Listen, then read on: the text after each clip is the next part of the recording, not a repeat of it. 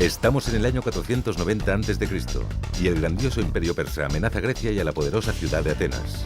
Los atenienses tenían mucho que perder. Sabían que si los persas tomaban su ciudad, significaría la destrucción total. Para salvar Grecia, el comandante Milcíades y su ejército de ciudadanos debían vencer en Maratón al comandante persa Datis y a sus fuerzas invasoras. Ningún ejército griego había derrotado jamás a un ejército persa, así que debían de estar muy asustados ante la perspectiva de la lucha. Usted es el comandante Milcíades. Se enfrenta a preguntas que podrían hacerle ganar o perder la guerra. Le pedimos que decida. Ponga a prueba su habilidad, su estrategia y su temple en Decisiones de Mando.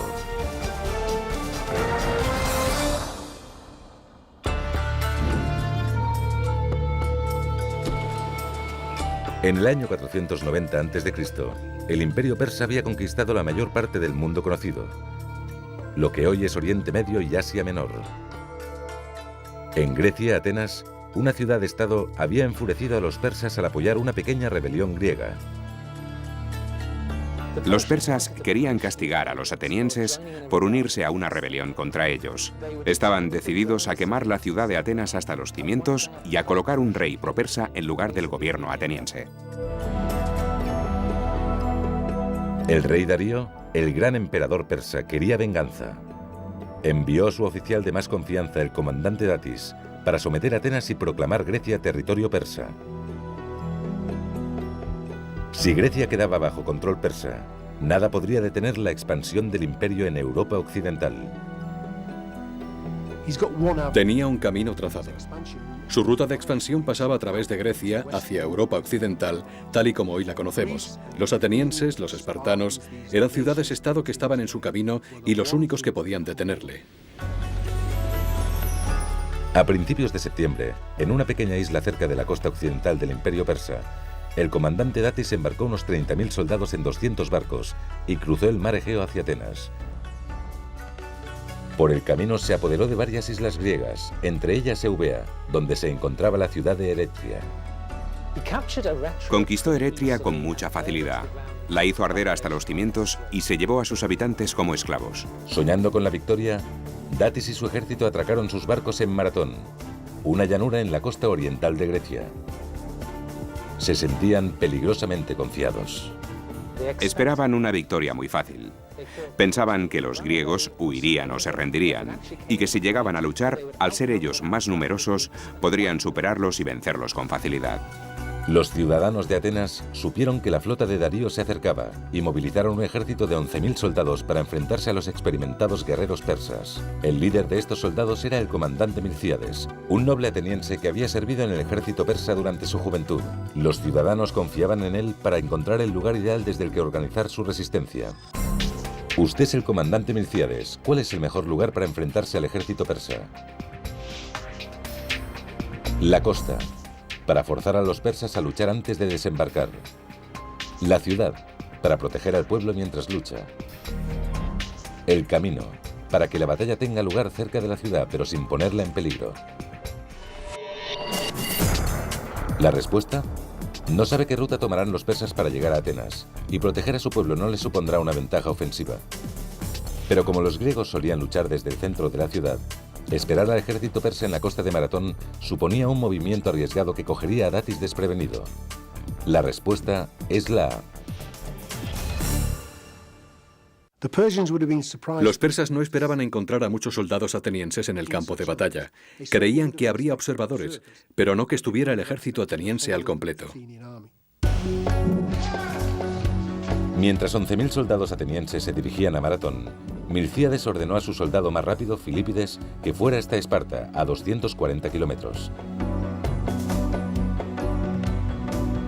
Aunque los espartanos eran rivales de los atenienses, Milcíades esperaba que aceptaran luchar junto a ellos contra los persas, su enemigo común. Tanto Atenas como Esparta habían tenido desavenencias con el imperio persa durante los 50 años previos, así que los atenienses confiaban en que los espartanos llegarían en su ayuda. Pero cuando Filípides llegó a su destino, los espartanos estaban celebrando una de sus festividades religiosas. No les ayudarían hasta la luna llena, casi una semana después. Los atenienses debían enfrentarse solos al ataque persa.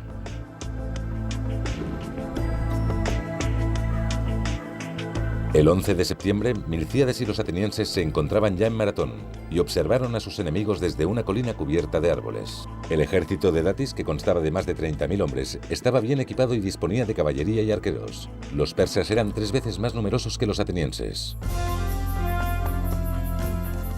Cuando los atenienses llegaron a Maratón y divisaron al ejército persa, quedaron aterrorizados. La mitad de los generales atenienses no quería luchar. Durante 6 días, Milcíades aguardó sin saber qué iniciativa tomar, mientras Datis esperaba que dejara la colina para luchar en campo abierto. Pero cada día transcurrido suponía una nueva amenaza para Milcíades.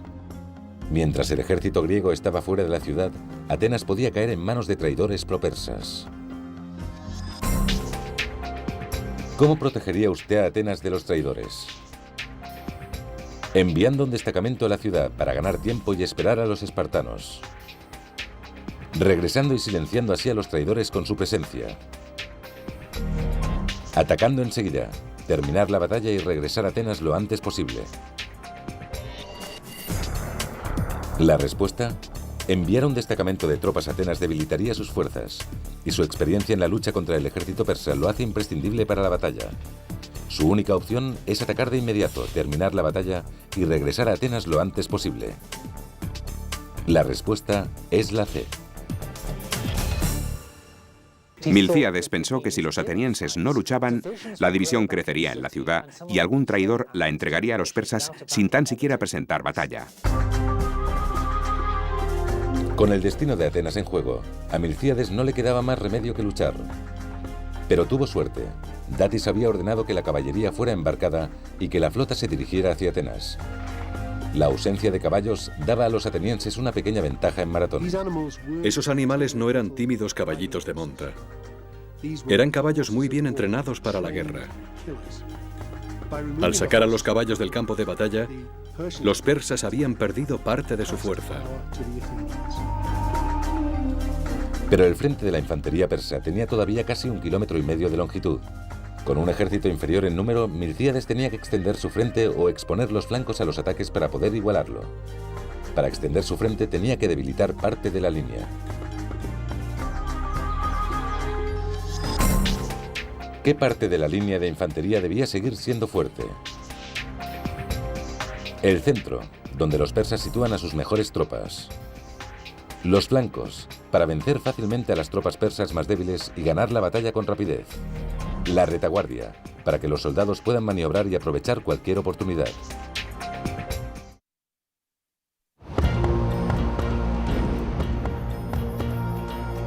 Es el 17 de septiembre del año 490 a.C., la batalla de Maratón. El destino de la civilización griega está en juego cuando el comandante Milcíades y sus soldados atenienses se preparan para enfrentarse al comandante Datis y al poderoso ejército persa. Pero los 11.000 soldados atenienses estaban en clara desventaja ante los 30.000 persas. Y el frente enemigo se extendía a lo largo de más de 1,5 kilómetros. Milcíades debía extender y con ello debilitar su formación para igualar la línea persa. Usted es el comandante Milcíades. ¿Qué parte de la línea de infantería debe seguir siendo fuerte? El centro, donde los persas sitúan a sus mejores tropas. Los flancos, para vencer fácilmente a las tropas persas más débiles y ganar la batalla con rapidez. La retaguardia, para que los soldados puedan avanzar y aprovechar cualquier oportunidad.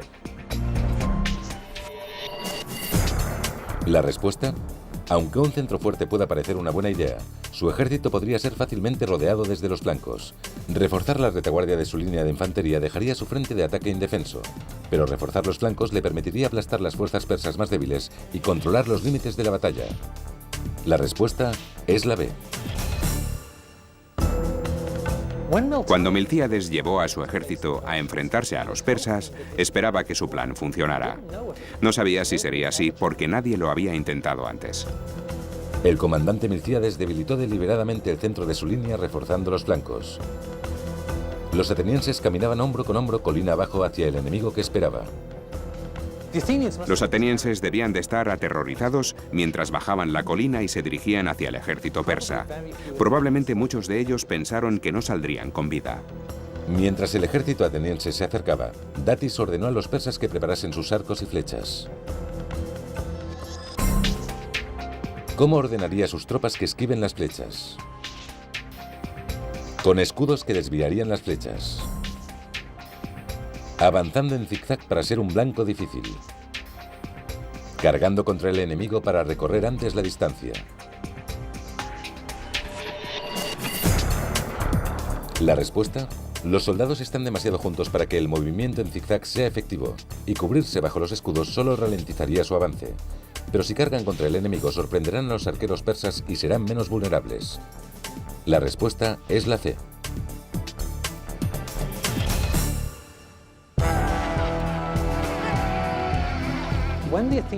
Cuando los atenienses avanzaron hacia el ejército persa, Milcíades les ordenó que doblasen la velocidad de marcha para cubrir el espacio entre ellos y los persas lo antes posible.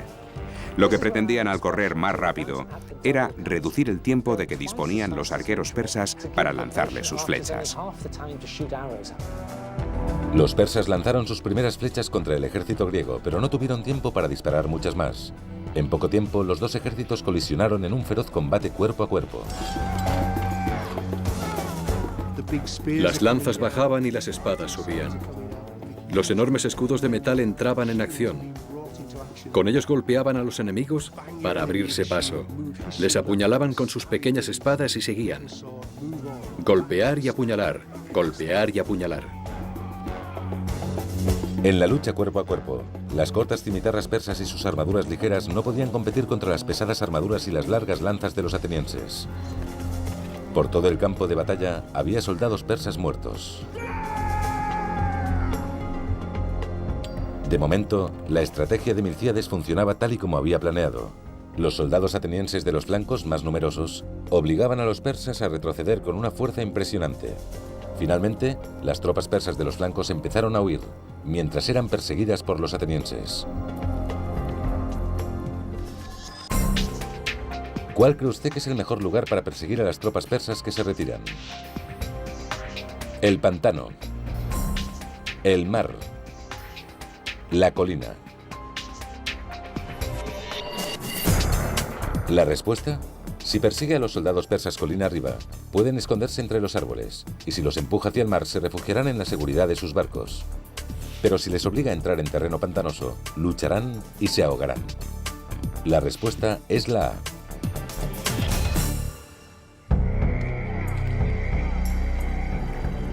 Milcíades ordenó a sus tropas que persiguieran a los persas hasta un pantano cercano, donde los invasores extranjeros fueron diezmados. El pantano era un lugar mortalmente peligroso, y los persas no conocían los caminos que lo evitaban. Así que centenares de ellos se ahogaron en sus aguas cenagosas. Mientras tanto, los griegos situados en la debilitada línea central de Milcíades estaban en apuros. Los persas ganaban terreno. Si Milcíades no actuaba rápido, la línea central griega caería y las fuerzas persas atacarían a los griegos restantes. ¿Cómo pueden las tropas de los flancos ayudar a las tropas atrapadas en el centro? Dejando de perseguir a los persas que huyen para concentrarse en los que atacan. Reagrupando las tropas y situándolas entre los griegos y los persas de la línea central. Corriendo hacia los barcos persas. Los persas abandonarán la lucha y les perseguirán.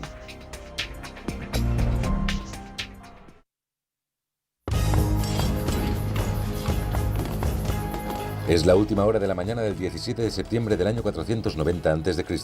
Los ejércitos griego y persa están en plena batalla en la llanura de Maratón. El comandante Milcíades y los flancos de sus tropas atenienses han vencido a los extremos de la línea persa haciéndolos huir. Pero las fuerzas centrales del comandante Datis están a punto de vencer la débil línea central de Milcíades.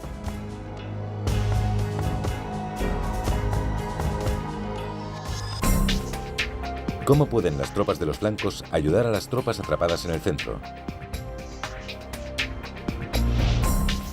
Dejando de perseguir a los persas que huyen para concentrarse en los que atacan. Reagrupando las tropas y situándolas entre los griegos y los persas de la línea central. Corriendo hacia los barcos persas. Los persas abandonarán la lucha y les perseguirán. ¿La respuesta? No hay garantía de que los persas vayan a seguir a los soldados griegos que corran a atacar los barcos. Y reagruparse para situarse entre los griegos y los persas en la línea central dejaría una ruta de escape abierta para el enemigo. Pero abandonar la persecución de las tropas en retirada y atacar la línea central persa le permitirá rodearles y atraparles. La respuesta es la A. Después de que los flancos atenienses hubiesen roto las líneas persas, Milcíades detuvo la persecución y reunió a sus hombres para atacar el centro de la línea persa por detrás y destruirlo totalmente. Al verse derrotado, Datis ordenó a las tropas restantes que se retiraran hacia los barcos para ponerse a salvo. Los atenienses les persiguieron hasta la costa, abatiendo a muchos de ellos mientras huían. Los persas luchaban por su vida. Así que la lucha en medio del oleaje debió de ser particularmente feroz. A pesar de la gran cantidad de bajas, muchos soldados persas consiguieron refugiarse en los barcos de su todavía temible flota. Milcíades no podía dejar que abandonaran el puerto. Si los persas conseguían volver a sus barcos tras la batalla y navegar hasta Atenas, aún podían capturar la ciudad. ¿Cómo se puede evitar que los barcos salgan del puerto? Abordando los barcos y capturando a las tripulaciones. Cortando las velas con espadas. Con menos hombres se pueden deshabilitar más barcos. Quemando los barcos. Los detendrá y acabará con los soldados persas. La respuesta: los griegos seguían en inferioridad numérica, así que abordar los barcos y hacer prisioneros era imposible. Y cortar las velas no impediría que las tripulaciones escaparan remando. Pero quemando las naves se frustraba cualquier intento de escapar. La respuesta es la C. Milcíades ordenó a sus soldados que lanzaran antorchas contra las naves persas para incendiarlas. Pero solo consiguieron destruir 7 de las 200. Como era de esperar, las restantes zarparon en dirección a la bahía de Falerón, un puerto en la península cercano a Atenas. Milcíades temía que si los persas llegaban a Atenas antes de que sus ciudadanos supieran que acababa de vencerlos, se rindieran aterrorizados al ver la flota enemiga. Para salvar la ciudad de los traidores, Milcíades debía hacer llegar la noticia de la victoria griega a Atenas, y rápido. ¿A quién enviaría usted para avisar a la ciudad que resistan ante la llegada de los persas? Al corredor Filípides. Es su hombre más rápido y el tiempo apremia. A un sirviente. Un sirviente no está cansado por la batalla y está en mejores condiciones para viajar. Va usted mismo. Si todavía hay traidores dispuestos a entregar la ciudad a los persas, no se atreverán a desafiar su autoridad. La respuesta: aunque en Atenas inspira mucho respeto, sus cansados soldados necesitan que esté con ellos y que les lleve a casa lo antes posible. Y los sirvientes no son corredores, así que no están preparados para emprender ese viaje. Como el tiempo apremia, es imperativo que envíe al mensajero más rápido, Filípides, a alertar a la ciudad. La respuesta es la A. Filípides debió de tardar unas 2 horas en correr hasta la ciudad de Atenas. La distancia desde Maratón a Atenas es de 42.195 metros, la misma distancia que se corre en las carreras de maratón modernas. Filípides corrió a Atenas a toda velocidad. A su llegada y sin aliento anunció: «Hemos vencido», y cayó muerto a causa del cansancio.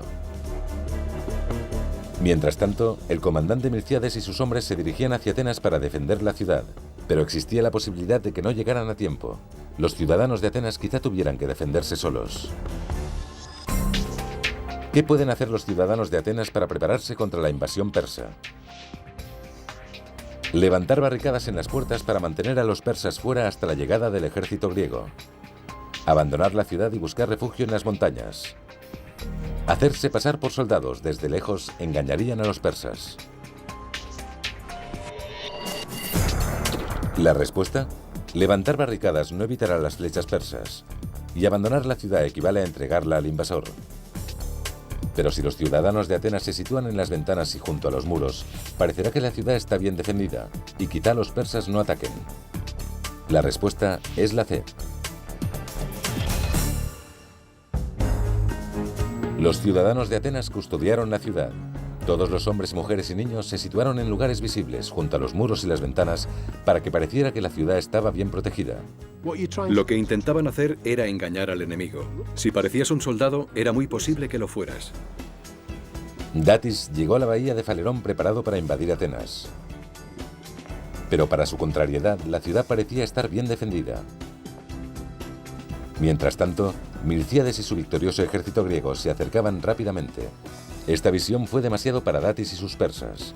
Sin poner siquiera pie en tierra, los persas zarparon de vuelta a sus territorios. La batalla de Maratón terminó con un éxito rotundo de Milcíades y el ejército ateniense. Aunque los soldados de Datis los triplicaban en número, los griegos mataron a 6.400 persas y solo perdieron 192 hombres.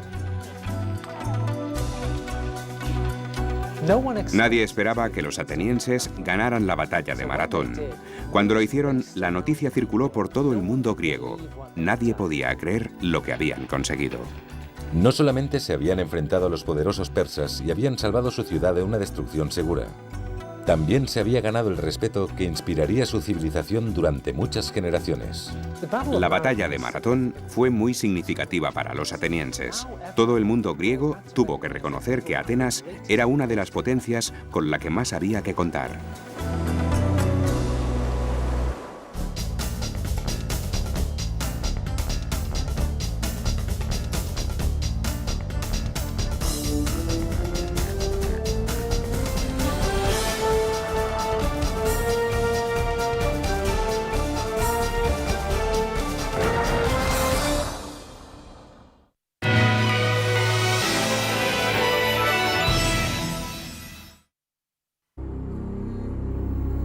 Estas son las Termópilas, en la costa de Grecia continental. Soy Matthew Sattel. En agosto del año 480 a.C., un ejército griego de solo 7.000 hombres, dirigidos por el rey Leónidas y 300 espartanos, luchó aquí contra una fuerza invasora de 250.000 hombres, liderados por Jerjes, el rey de Persia. Estaba en juego el futuro de la civilización griega. Gracias a la nueva tecnología informática, podrán ver esta gran batalla como nunca se ha visto antes. El gran número de soldados, las formaciones de las tropas, cómo lucharon y cómo se ganó. Lo verán como le hubiera gustado verlo a los generales, ahora en batallas decisivas.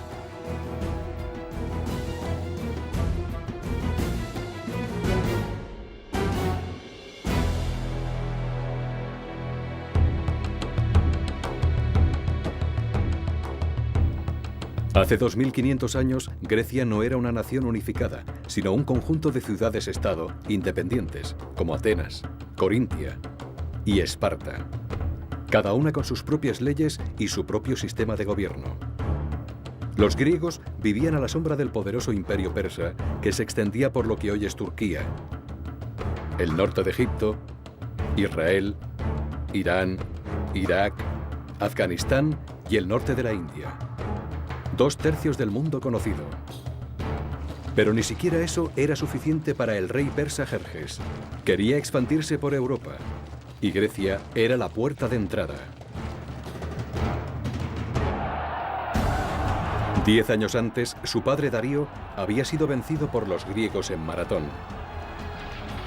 Jerjes estaba decidido a no sufrir la misma suerte.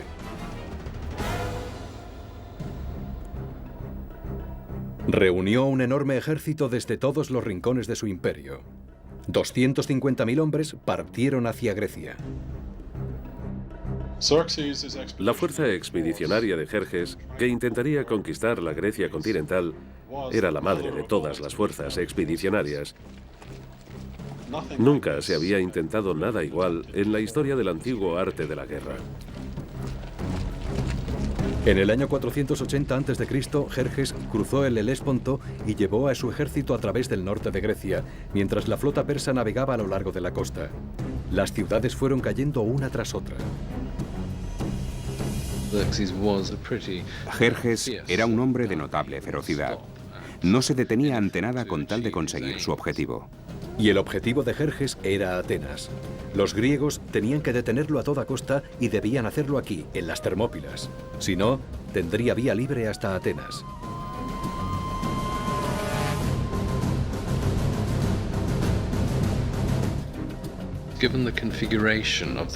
Debido a la configuración de la península griega, por aquí era por donde cualquier ejército debía pasar. Las Termópilas era la elección evidente. El nombre griego Termópilas significa puertas calientes. El lugar era famoso por sus manantiales de aguas termales. Con las accidentadas montañas tan cerca, el estrecho paso era muy fácil de defender, pero también era la puerta de entrada a Grecia. 2000 años de mar y viento han erosionado el lugar de la batalla.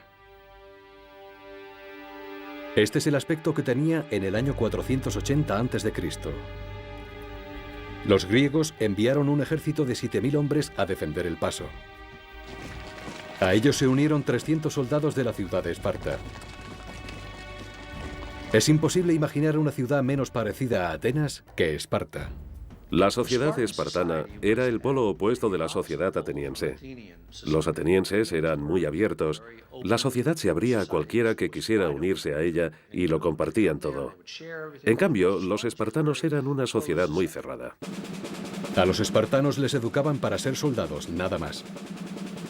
Desde los 7 años todos los niños de Esparta se entrenaban para la guerra. El ejército era su vida. Incluso después de casarse, los hombres espartanos tenían que vivir en barracones. No podían dedicarse a ninguna otra actividad. Ninguno de ellos podía hacer negocios o comerciar. Todo el trabajo lo hacían los esclavos.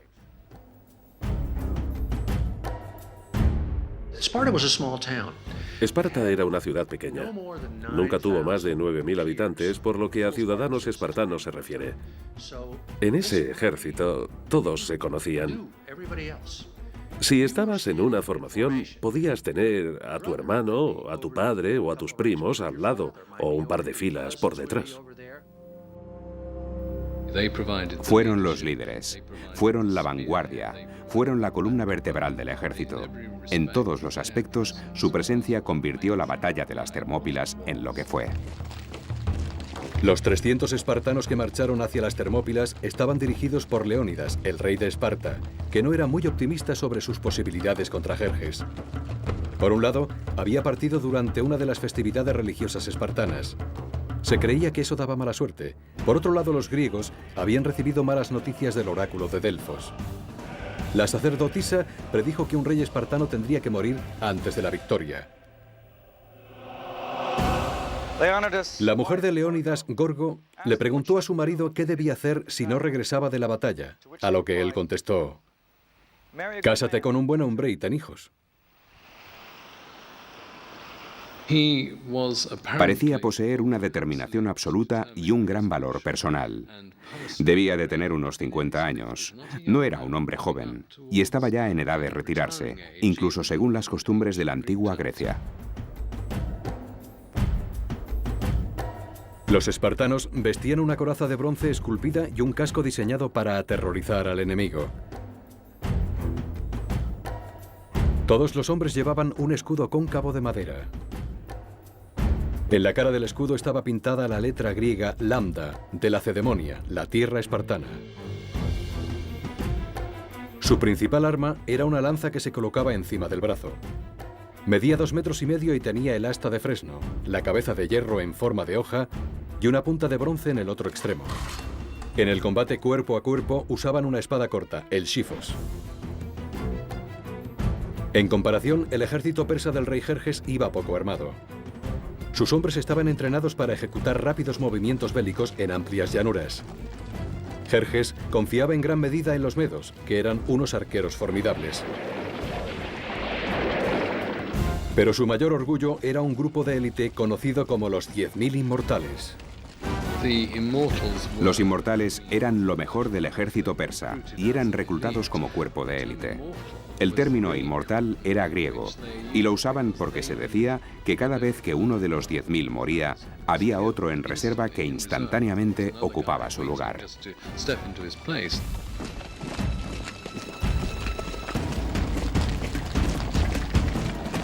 Leónidas esperó con sus espartanos en el lugar más estrecho del paso, con los restantes 7.000 soldados griegos detrás de ellos. Defendían un muro bajo.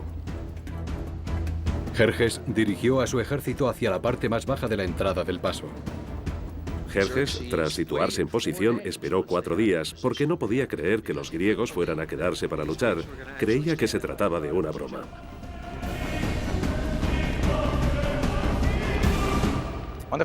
Al quinto día se le agotó la paciencia.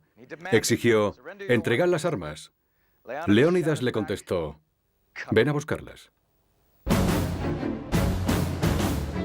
Los persas enviaron un explorador al lugar donde los espartanos esperaban antes de la batalla, y algunos de los espartanos estaban haciendo gimnasia. Se untaban de aceite y se peinaban. El explorador no se lo podía creer. ¿Qué estaban haciendo esos tipos? ¿Cómo podían estar tan despreocupados? Por supuesto, lo que estaban haciendo en realidad era prepararse mentalmente para una lucha hasta la muerte. Jerjes había hecho instalar un trono en una colina cercana.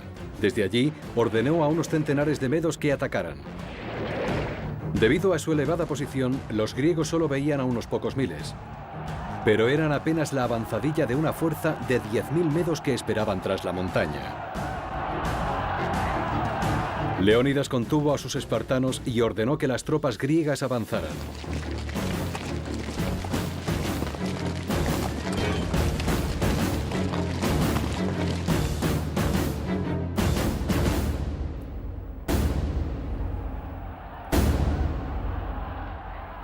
La batalla de las Termópilas había empezado.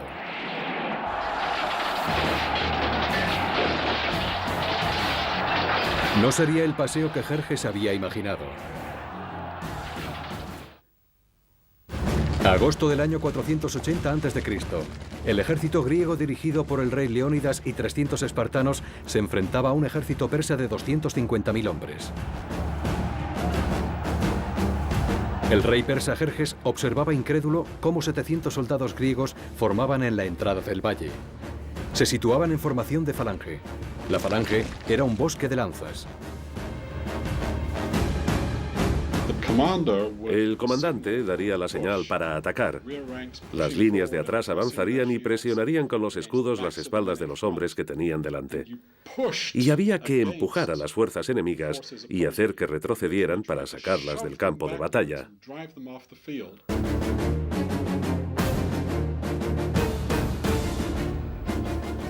Habían preparado toda la vida para ese momento. Esa falange tenía 18 hombres de profundidad y 64 de ancho. Los escudos se solapaban como las escamas de una serpiente. Era prácticamente impenetrable.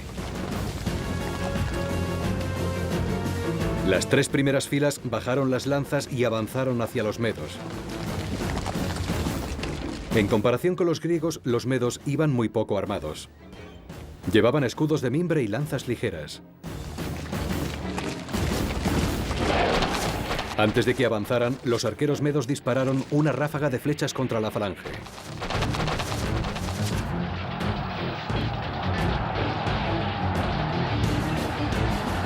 Leónidas envió más griegos a reforzar la falange, presionando con su peso la espalda de sus compañeros. Ráfaga tras ráfaga, las flechas llenaban el cielo. La infantería griega usaba escudos de 90 centímetros, de madera de roble de 5 centímetros de grosor, recubierta de bronce. Eran como tablas de cocina para cortar. Puedes golpear muy fuerte una tabla de cocina con un hacha de batalla sin llegar a romperla. Cuando los griegos empezaron a cansarse, Leónidas envió a sus guerreros espartanos. Avanzaban en formación de falange mientras los extenuados griegos corrían atrás. A medida que avanzaban, los espartanos debían ir hablando entre sí, confortándose y animándose unos a otros a dirigirse hacia esos soldados que a su vez avanzaban hacia ellos.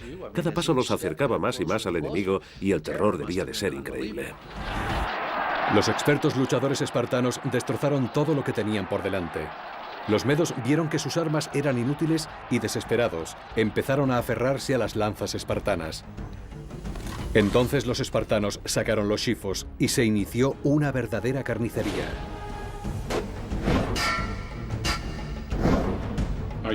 ¿Tienes hambre? ¿Estás cansado? ¿Tienes sed o estás herido? No importa. Eres un guerrero y luchas. El reducido espacio hacía imposible que los persas se aprovecharan de su superioridad numérica. No podían situar suficientes hombres en la batalla contra esa implacable máquina de matar. El combate en esos días era hombre contra hombre. Nadie disparaba a nadie. No había bombas inteligentes. Si ibas a matar al enemigo, este estaría justo enfrente y él iba a intentar matarte a ti. Oleada tras oleada, los guerreros de Jerjes perecían intentando penetrar en el muro de escudos espartanos. Leónidas bromeaba diciendo que Jerjes tenía muchos hombres, pero ninguno soldado. Pero los espartanos también sufrieron bajas. Los espartanos tenían un método para identificar a sus propios muertos, muchos de los cuales estaban tan desfigurados que eran irreconocibles. Era el equivalente antiguo a las placas de identificación actuales. Cogían una rama, le ponían su marca en ambas puntas y la partían por la mitad. Una mitad se quedaba en un recipiente detrás de las líneas de infantería y la otra se llevaba en la muñeca. Si el soldado sobrevivía, reclamaba la mitad de su rama después de la batalla. De este modo, todos los muertos y heridos podían contarse con facilidad. El segundo día, los persas seguían sin hacer ningún progreso. No estaban preparados para este tipo de lucha, lejos de las llanuras abiertas del este, donde la caballería, los carros y la infantería ligera podían decidir el resultado. Sentado en su trono, Jerjes se impacientaba cada vez más. Se agitaba inquieto dando saltos tan a menudo que parecía un espectador de un partido de fútbol actual. Jerjes dijo a sus soldados: «Salid ahí y tomad ese paso. Apartad a esos tipos del camino». Los medos, con armas ligeras, se enfrentaron a los griegos, que estaban muy bien armados y que les dieron una paliza. Jerjes decidió jugar su mejor baza y envió a los inmortales.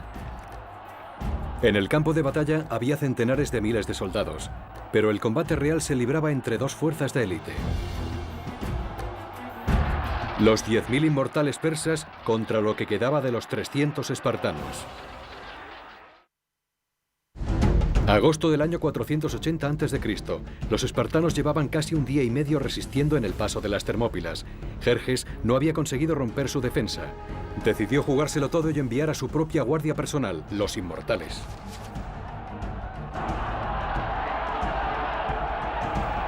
Era una visión magnífica.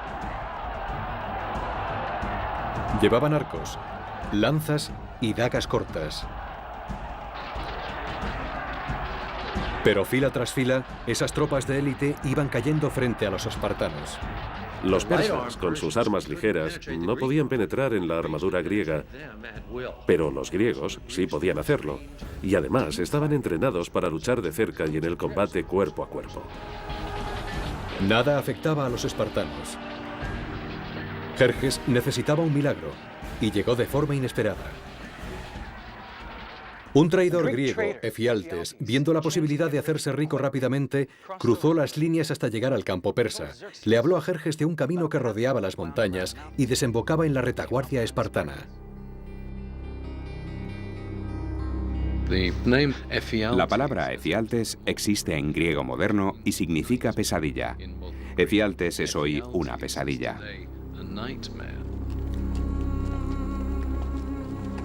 Protegidos por la noche, los persas siguieron el camino indicado y en la mañana del tercer día aparecieron detrás de los espartanos. Leónidas había sido superado. Supo que esa sería su última batalla.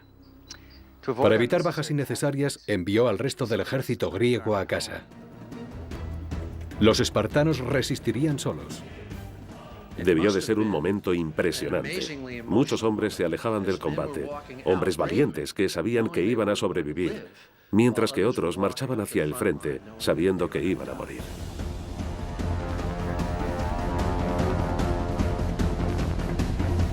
Uno de los griegos les había advertido que los persas tenían tantos arqueros que sus flechas taparían el sol.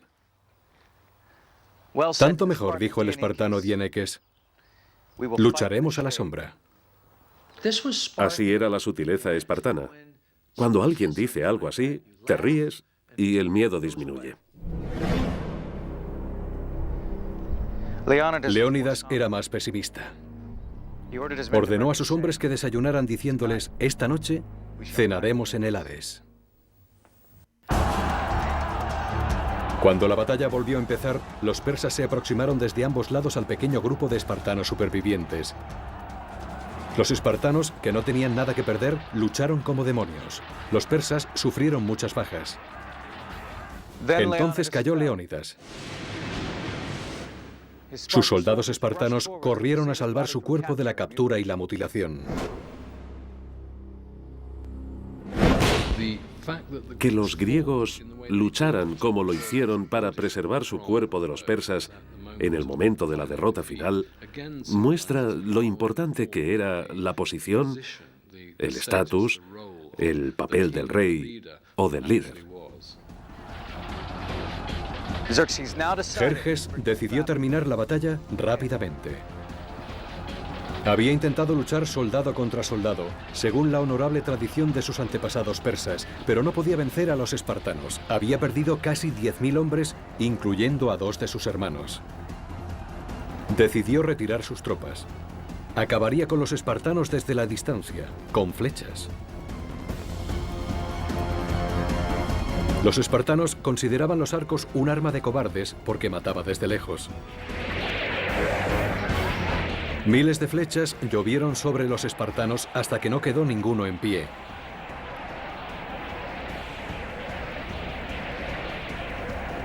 Las armas que más despreciaban acabaron con ellos.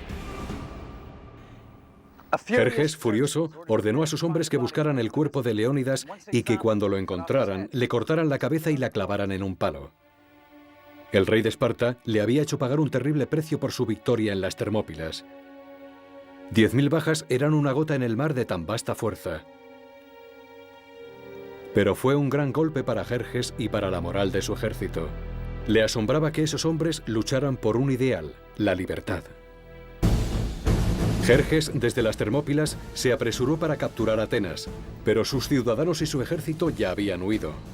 A finales de ese mismo año, el 480 a.C., los griegos volvieron en barcos y vencieron a los persas en una gran batalla naval en Salamina. El gran plan de Jerjes había fracasado. Si los espartanos no hubiesen hecho su aportación en las Termópilas, creo que entonces todo el esfuerzo bélico, toda la resistencia griega, habría empezado a derrumbarse. Para los griegos era una cuestión del destino. Un rey espartano había muerto, un rey persa había sido vencido, tal y como el oráculo había profetizado. Todas las grandes civilizaciones ya desaparecidas han dejado monumentos increíbles. Pero los espartanos no dejaron nada más que su gesta de entonces. Es algo más indeleble y que sigue vivo hoy en día.